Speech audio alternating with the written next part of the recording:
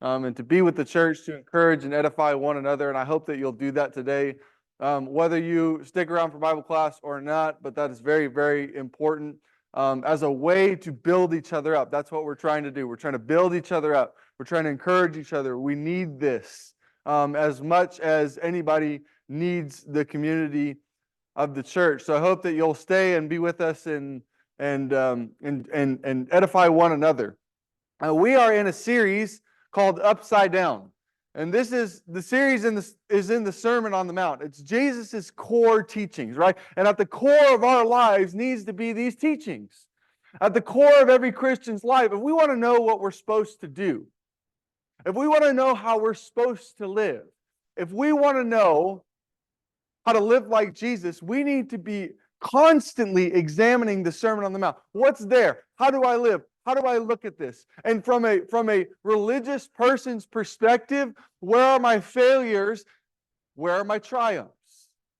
And how can I continue to better myself? Right? So as we're talking about the Sermon on the Mount, we're talking about living the kingdom way, not our way, the kingdom way. Living God's way, not our way. And that's the important part that we have to understand. I don't know if you've ever hunted or done any kind of hunting, but when I was I was older. And I can remember different series of times in my life where I had actually killed an animal. And every time I did it, when I did it for the first time, there was this jitter of nerves, you know. You ever get that way and you just, you start shaking? We were living in Valley Springs. And my dad come over because the turkeys would walk right up our driveway. So we figured, why not put a blind on the front porch, sit in our chairs, drink our coffee, wait till they come up, then we'll stand up and shoot them. Well, we did that. We're sitting there talking and chatting, and you can hear birds gobbling, and we're like, we don't know where these things are. And every once in a while, we'd hit a turkey call, and we're laughing and having a good time. And finally, he goes, well, let's stand up and look around here and see if we can see one. So we step off the porch, and we look out, and there's 3 birds. 40 yards from the house. So I grab my bow, and I stand over this turkey and I draw, and then I'm doing this right here, like shaking. I'm like, I shouldn't be doing this. I shoot my bow every single day, multiple times a day. Why am I shaking like this when I'm trying to, and I let it fly, and I'm shot right over the top of it. And then for the next 4 weeks, I thought about that shot over and over and over and over. What did I do wrong? What did I do wrong? What did I do wrong? Where can I get better? I spent the whole next 4 weeks. Well, I then quit bow hunting and I went to shotgun because that was a little bit easier. And I killed the turkey like the couple days after that. But then I was thinking I want to kill one with my bow again. So for the next 4 weeks, I just spent shooting my bow 40 yards. All right. If I got them in range, 40 yards, shooting over and over and over and over and over again. Repetition, repetition, repetition, repetition. Same anchor spot, same release, same draw hold. Right? Same repetition. What am I doing wrong? Why am I not familiar with this? Why can't I get this down? Am I going to miss this bird? And then about a day before the season was going to close, it's about 7 o'clock in the morning. My wife and I are sleeping. All of a sudden, I hear this gobble. And I'll look out the window. There's this big old tom coming up the driveway.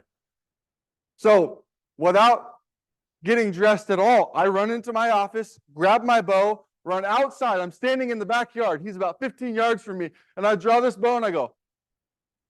And I drilled him. And he took off and he flew 70 yards. And then I went to find him and I got poison oak all over my body. Point of the story is that sometimes we do this, right? Sometimes we have this problem. Sometimes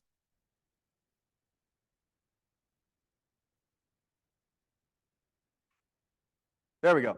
Okay, now it's working. Sometimes it's not working.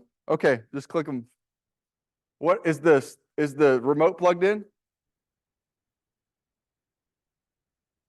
Just change it to the next one for me and plug it in while you're doing it.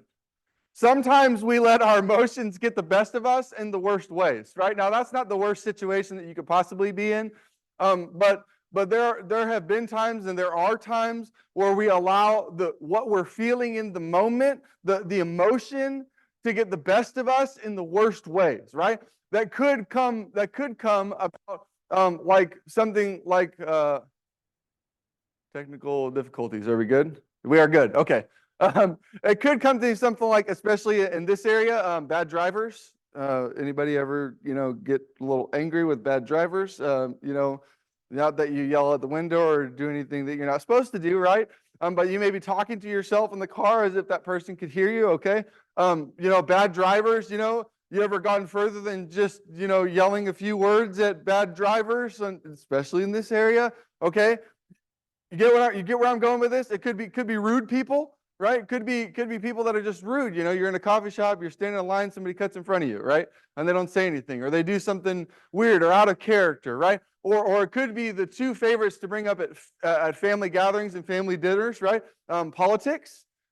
Great conversation starter if you ever have family over, because we all agree on politics and we all have great, just unifying conversations over politics. Or here's an even better one. Religion, right, is another great one to bring up at family dinners and to talk to people about, right? And it just stirs the pot and stirs the emotion, right? You say things you're not supposed to say, and you do things you're not supposed to do. And we allow the motion to get the best of us. But here's where we get into trouble. This is where we really get into trouble in situations like these. And there may be bigger situations. There may be situations in your life where you felt something, or you've seen something, or you observed something, or you were a part of something, and you allowed yourself to do this. We allow what we feel in the moment to impede our judgment. Right? We allow what we feel right now to supersede what is the consequence of this action. We allow what I'm feeling right now to cause me to speak without thought. I had this problem growing up too, okay? I had no filter growing up. I would just say whatever was on my mind. Anybody else like that in the room? Okay, we're not confessing time, but just, tell me later. But, you just say whatever's on your mind, whatever you're thinking, right? And then you would upset people. Why are they upset? It was the truth, right? Like, why are they mad? They shouldn't be mad at that. I just spoke the truth. How could they be upset at that? But they weren't ready to hear the truth. And then you start to think about it and you go, okay, well, maybe I should be a little more cautious about what I'm trying to say or what I'm trying to get across. And then my dad would say things to me like this. He'd go, it's not what you say, it's how you say it. It's not what you say, it's how you say it, right? How you say it is going to get a bad reaction or a good reaction, right? We run into trouble when we become reactionary, right? Rather than visionary. We get in trouble when we think we need to address it right now, instead of think about, if I say this or I do this or I act this way, what might this cause for me? It's what we deal with a lot of the, you see people in this, you probably got family members like this, right? Who they just do things that you're like, oh, why did you do that? Right? Anybody got family like that? I got family like that. Okay. You're like, hey, what are you thinking? What'd you do that for? Right? No thought, they just do it. They just act right now. And I can't understand it, but I can understand things like impulsivity, right? Because I have that. I'm like, oh, okay, oh, that looks nice. Well, I'm going to buy that.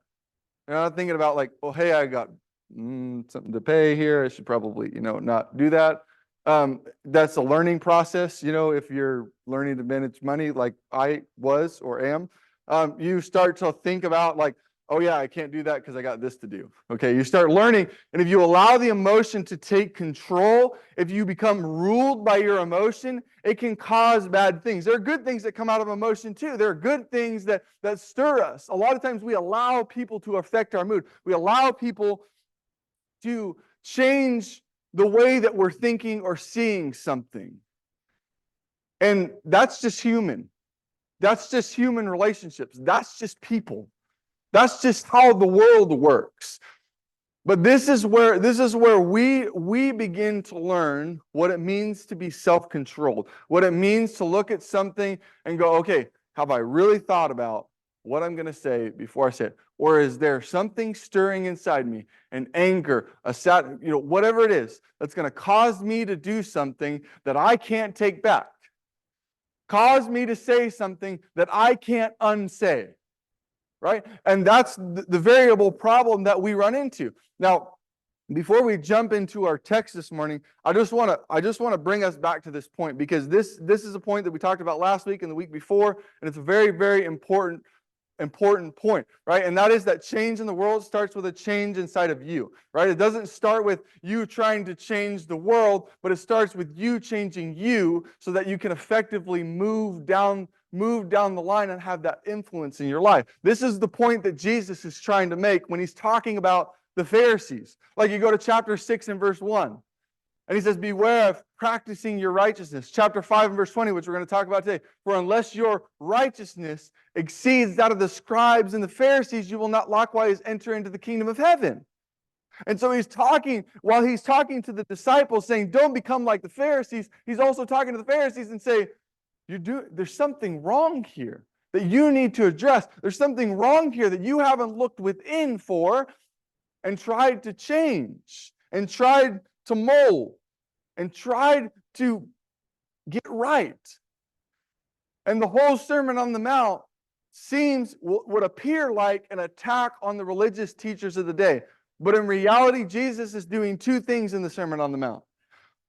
He's talking to the disciples who are training to be apostles, teachers, rabbis themselves, right?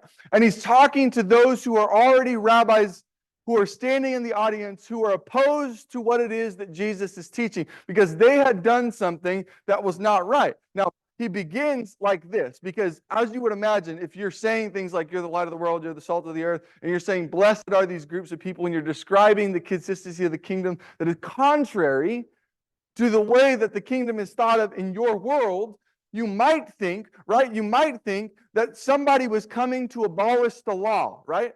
And this is what Jesus is saying. He's reassuring their mindset. Do not think that I come to abolish or to destroy the law and the prophets.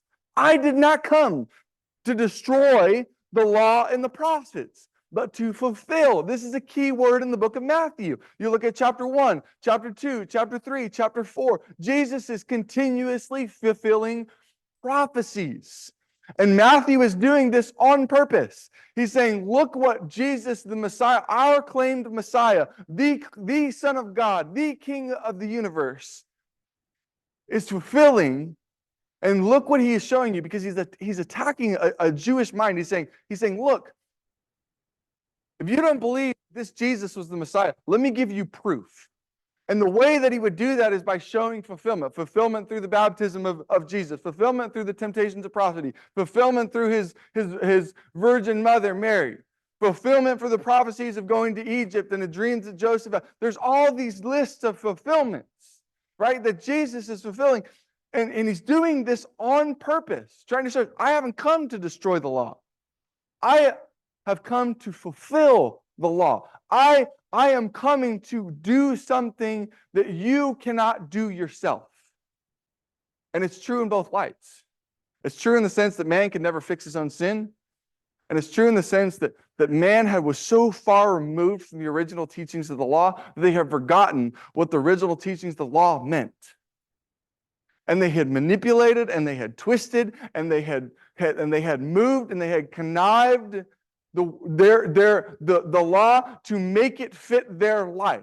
And they had stamped themselves with righteousness. And so Jesus is attacking the mindset. You're not righteous. God gives that stamp, not you. God gives that stamp, right? Abraham was called a friend of God, and it was credited to him as righteousness. Abraham didn't say, look, God, I'm righteous. Abraham was given that by God. That is a God thing, not a man thing. It's a problem when we're when we're patting ourselves on the back and we're stamping ourselves with approval and saying, look how righteous I am. That's a problem. That's not what we're after. Jesus did all that we need to do. All we need to do is try to live like him, be like him. We're not going to be perfect. We're not going to we're not going to do everything right all the time. You understand that you're a human being too. But what you have to understand is that stamp, that approval, that credit comes from the Lord, not from you. So then look what he does. He reassures him again. He says, for truly I say to you, until heaven and earth pass away, not the smallest letter or stroke shall pass from the law until it is all accomplished. This is what Jesus is saying. He's reassuring them. I'm not coming to abolish the law. The law is not going to, until heaven and earth pass away. Not the smallest dot or stroke or letter is going to pass away. You can count on that for the law, but you're misunderstanding. And this is his segue into what he does 6 different times, addressing 6 different things that are in the law. And he addresses those things by saying, you have heard that it was said, but I say to you. You have heard that it was said, but I say to you. And he addresses these things in succession, and it's really amazing. And over the coming weeks, we're going to look at why Jesus places these things, or why Matthew records these things in these order, because it has a point, and it has an idea, and it has a motive and an agenda behind it. And in chapter 5, we're going to see that. So he says, here's your reassurance. This is not what I'm coming to do. But then look, whoever annuls the least of these commandments, whoever was like, Jesus is not necessarily attacking a certain group of people. He's attacking the audience. He's saying, whoever. This would have been like, somebody sitting in the audience and going like, wait, me? That's what it would have been like. Like Jesus pointing the finger at every single person in this room and saying, whoever annuls the least of these commandments, because they did have a scale of what was the greatest commands and what was the lowest commands. Right? They did have a scale of what were the worst sins and what were the not so bad sins. The ones you didn't have to, sacrifice as much for. And they had this, scale that they used to try to, so what he's saying is whoever annuls, whoever dumbs down, whoever annuls the least of these commandments and teaches others to do the same shall be called least in the kingdom. You know what that word least means? It could literally be translated insignificant. Shall be called insignificant in the kingdom of God. Think about it in that regard. And then he says it again. But whoever keeps and teaches shall be called great in the kingdom of heaven. Now he says least twice there. Whoever annuls the least, whoever annuls the most insignificant will be called the most insignificant. But whoever keeps and teaches them shall be called great in the kingdom of heaven. So what's Jesus doing? He's segueing into what he's going to do the next 6 times. And then he turns the flashlight and he says this, for I say to you, unless, here's the second time in this passage that he says, I say to you. He's going to do it 6 more times. You have heard it said, but I say to you. I say to you that unless your righteousness surpasses. Well, what is righteousness? Righteousness, upstanding or upright moral character, an individual's being. A good example, like I mentioned last week, is Joseph. What was Joseph called? He was called a just man. The same kind of thing, a stamp of approval that does not come from man, but comes from God. That of the scribes and the Pharisees, you will not, hear me now, not enter the kingdom of heaven.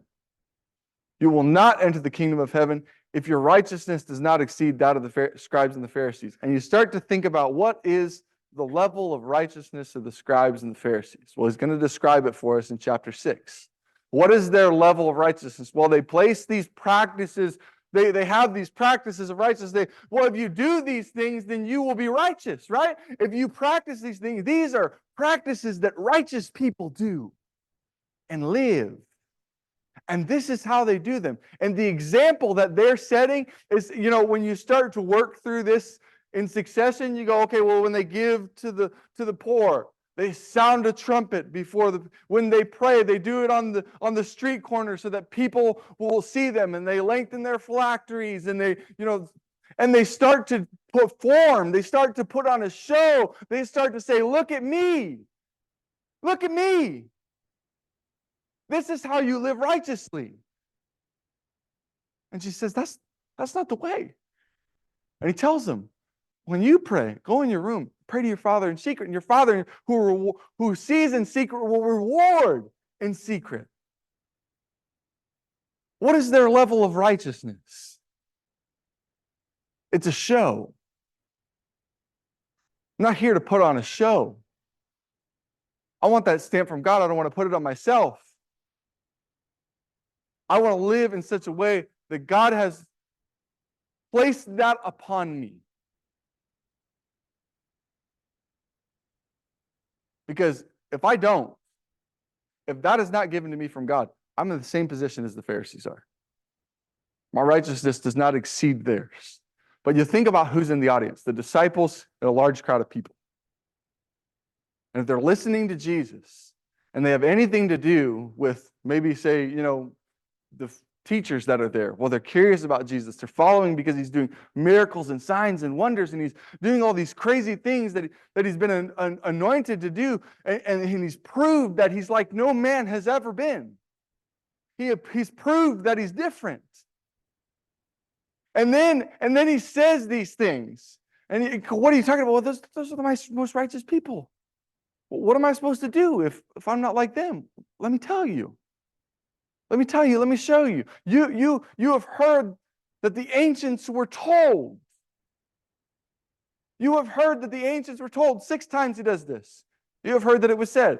You have heard that it was said to those of old.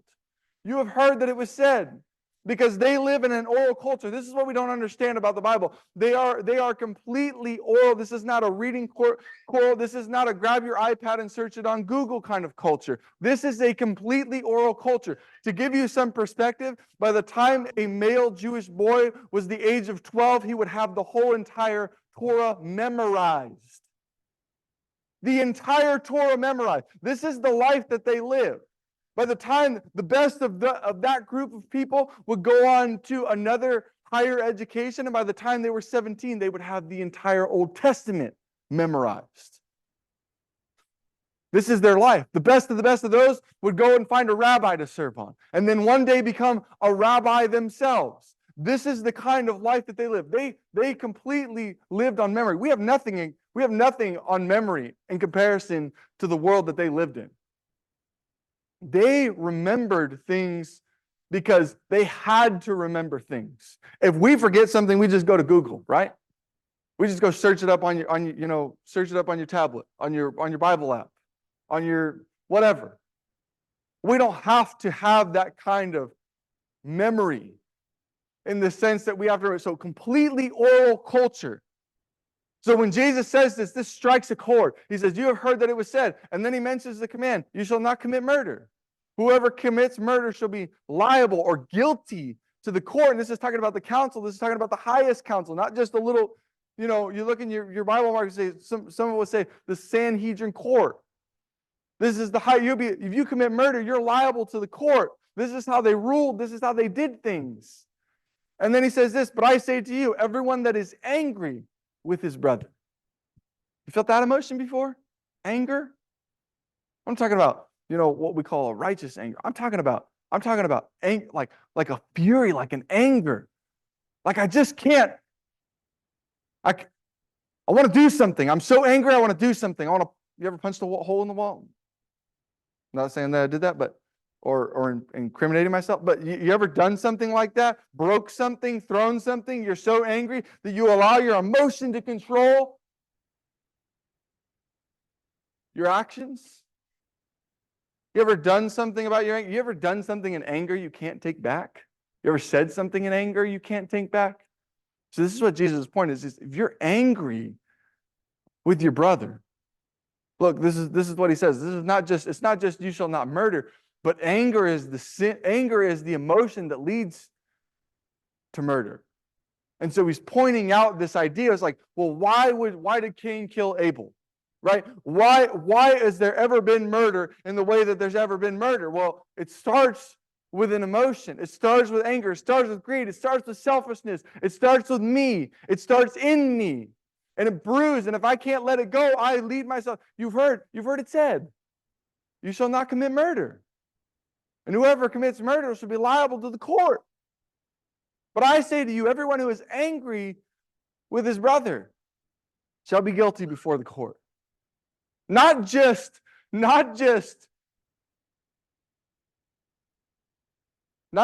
you kill, but everyone who is angry with his brother should be liable to the court. This is the Jewish system of function, okay? Liable to the court. And whoever says to his brother, you good for nothing, shall be guilty before the Supreme Court. And whoever says, you fool, right? This is a tear down. He's a tear down. He's talking about tear downs. He's talking about derogatory terminology, because we wouldn't look at you fool and think that that's a bad word, right? Okay? We wouldn't look at this word, but in their culture they did. For whatever reason, this word, this saying, these things were derogatory terminology that put them in a position of guilt. Shall be guilty enough to the fiery hell. Or in some of your versions says Gehenna, right? Which was a perpetual burning pit of garbage near or outside Jerusalem. So put that one in your mind. Then he says this, therefore, Jewish people did this, okay?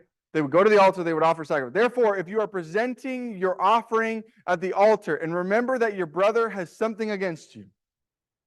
If you're going to worship God, and all of a sudden you remember your brother over and so has something, drop. Look what he says. Leave your offering there before the altar and go. First be reconciled to your brother, then come and present your offering. What is the order of importance here? That you bring an offering to the altar, or that you make things right with your brother? What is the because a lot of times we flip this around, don't we? Right? We say, well, I just need to go to church and worship God, right? But we need to be thinking about our personal relationships with people, the friction that takes place amongst people, because people have different personalities, and people think differently, and people see the world from different angles, and people come from different places and different countries, and there's all sorts of things that make us so diverse that we were bound to have problems. But the church is supposed to be the place where we leave all that out there and bring to the table what we and only we can do, so that we can be effective in sharing the gospel and building each other up and being a community that people want to be a part of. That should be our goal. First, be reconciled to your brother. Then go and present your offering at the altar. Make friends with your opponent at law while you are with him on the way, so that your opponent may not hand you over to the judge, and the judge to the officer, and you be thrown in prison. Truly I say to you, you will not come out of there until you have paid every last cent. Are we thinking about this situation here that could possibly take place? Are we thinking about what's happening in the mix here? Jesus is giving them life application, right? He's telling them, look, this is what you've heard it said. This is what I say to you. This is what you do with what you've heard. It's not that you just say, okay, well, that's a good thing to keep in the back of my mind. No, hey, if I'm sitting in the audience and I've got myself in trouble, hey, I need to go. If I'm sitting, if maybe I'm not, but maybe there's something coming up in my life where that's going to be a friction. Maybe I need to be thinking about what I say first, so that I don't get myself into the situation, or what I do first so that I don't get myself into the situation. Maybe I can avoid the problem if I just allowed myself to think through the consequences, to think through what the worst possible thing is and go, I don't want to go there, so I'm going to try to do things differently. And I'm going to try to live the way that Jesus lived. Jesus is telling us how to handle personal relationships here. And then this is really the point that Jesus is trying to make to us, because this is a human problem. This is not just a world problem. This is a human problem. This is an all-over problem. But sometimes self-adulation often gets in the way of true reconciliation, right? Like self-adoration, self-praise, like I didn't do anything wrong, right? Like maybe you've been in a fight before and you're like, well, I didn't do anything wrong. I don't need to apologize. You ever been there before? I don't need to apologize. What do I need to apologize for? What do I need to say anything to anybody for? I didn't do anything wrong. That guy needs to apologize to me. That guy was the one that did something wrong. And what's there is pride, and it's the thing you don't recognize. What's there is me going, well, I didn't do it. If I'm saying I didn't do anything wrong, I'm really not thinking with the humility that I think Jesus would have in a situation if he ever wronged you. I mean, it's cliche, but what would Jesus do? I mean, if he were in my situation, if he were dealing with my problems, how would he act? How would he present himself? What would he say? How would he try to reconcile the relationship that somehow became broken? How would he try to mesh the differences and help us work together to a better future? But self gets in the way of that. Self has to be removed. And this is why the concept is constantly put in the New Testament. Put away the old self, put on the new self. Put away the old self, put on the new self. Have the humility to say, have the humility to think, okay, even if I wasn't wrong, maybe the right thing for me to do is just go and apologize, or just go and make things right, and step out and make what was wrong right again. God says that's very, very important. But here's the thing that you've all been waiting for the whole morning. Okay? The bottom line, the one thing you need to know. Okay? That the way to reconciliation is introspection. The problem that we're dealing with is not a problem of how I've, it's not, well, how do I reconcile? But it begins with you. The way to reconciliation is introspection, is self-examination, self-reflection. So that makes the application really, really easy. That makes the application so simple that probably a 5-year-old could do it. Okay? Well, maybe not. But somebody small could even do this. We need to be a people who look inward rather than outward. We need to be a people who first take a look at what's on the inside. What does James say? Look in the mirror intently, right? If we're just hearers and not doers, then we're people who look at our faces intently in the mirror, and then after we walk away, we completely forget what we looked like. We need to look in the mirror more often and ask ourselves, what am I doing and why am I doing it? We need to be a people who looks inward rather than outward. Not at what somebody else has done wrong, but maybe what have I done wrong. If we want to reconcile relationships, if we want to get things right in the church, if we want to build a bond of unity, if we want to accomplish the things that God wants us to accomplish, we need to look inward first. So this is very, very simple, right? We need to practice self-reflection. That is huge. We need to practice self-reflection. I mean, this, we do this all the time. If you have a trade or you have a skill or you have something that you do over and over and over again, there are probably many ways that you've thought, well, I can get better at this. My thing, for a long time was archery. How can I get better at this? How can I get better at this? Well, a lot of it is repetition. A lot of it is continuously working through the problems that you're facing. When I was shooting that turkey, okay, after I shot that turkey, it wasn't the best shot. I hit him right on top of the back. He flew 70 yards, but he eventually died slowly. So what do I got to do better than that? Right? You can always find a way to improve what you're doing. So now you begin the process of thinking through, what did I do wrong? Where did I go wrong? The next time I do this, what am I going to do differently? The next time I face this situation, what am I going to say differently? What am I going to think differently? How am I going to go about improving? Having a mindset for being better. I mean, you watch football players and they get up and they talk after the game. Well, we lost. Well, we just got to be better, right? You hear them. Even if they don't lose, they say, we just got to be better. We just got to be better. We just got to be better. We got to be better. We got to be better than that. They mess up. They're human. They're imperfect. That should be the mindset of every Christian. Well, I messed up, or I said this, or I did this thing. I got to be better. And you go back and you think about it. And you start to go, not to beat yourself up, but go, okay, I did this wrong. I need to look internally so I can fix externally.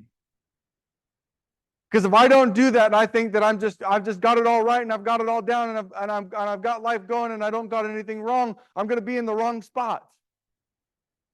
If I think that I've got everything right, I may be in the same position as the Pharisees, but if I begin to practice self-reflection, look at it. This is what Jesus does throughout this whole text. He's making us look inward. He's making us look at ourselves in the mirror and go, what do I need to do differently? And the cause of this, and what he's asking the audience to do, think about what I'm saying. I don't know about you, but I'm constantly intrigued at the things Jesus says. Not only do they make me look inward, they make me think outward too. They make me think about the world in new ways, the concept of life in new ways. I'm constantly intrigued by this. But the point is, we need to be a people who practices this type of thing, this self-reflection, this internal judgment, this internal maneuvering, this internal, well, maybe it's something, maybe, I mean, I did this a lot when I was not a Christian, right? When I was very new to church and faith and Jesus and all this stuff, I did a lot of this where I was like, okay, well, what are my next steps, right? What do I need to do on the journey to becoming a disciple of Jesus? What do I need, what steps or what avenues do I need to take so to make sure that I'm right with God? Because that's really where I want to be. I just want to make sure that I'm right with Him, that I've got everything covered. And then I started picking things up. I started asking and answering the tough questions in life. And it made me change internally. And it made me change externally. And it made me act differently, think differently, talk differently. Because I was thinking about the words of Jesus. And I was thinking about, well, how in the world would He want me to? I wasn't even baptized yet. And I was thinking about these things. This is my ultimate vision. So what steps do I need to take to get there? And maybe that's you right now. Maybe you're on a path and you don't know, you're climbing the steps, but you're like, hey, what direction am I? Am I going this way? Am I going this way? Am I going that way? What direction do I need to go so that I can make things right with God? What direction do I need to go so that I can become a disciple of Jesus, learn His ways, live His ways, teach His ways? What steps do I need to take to get there? Because that's important. Maybe you're not. Maybe you're a disciple who's lost his way. Maybe you're an individual who's been coming to church so long, you're in the rhythm, you're in the routine, you've got it all down, you've got the routine down, but somewhere along the way, you've lost what you're really here for. And you're coming to church, and maybe you've been thinking about it, you haven't said anything to anybody, but you're still coming because this is your community, these are your people. You need to look internally. You need to look introspectively and ask yourself, what am I doing here? Why am I doing this? And find somebody you can tell. If you need a prayer of any kind, if you want to take the next step in your faith journey, you're ready to be baptized, we have these front pews open right here for you. Well, mostly because people don't want to sit here, but mainly because we offer an invitation. If you need to take that journey, if you need anything of any kind, we've got 2 elders here this morning that are more than willing to sit down and talk with you. Myself, I'll sit down and talk with you. We can talk through what you're struggling with, or maybe it's not one of us because you don't trust me yet. That's okay. I get that. Find somebody you can tell. Find somebody you can lay this all out to, work it out, get it right in your mind. Spend some time in prayer and in Scripture, and find your path, whatever that may be. If you have a need, if you'll come as we stand and sing. Right.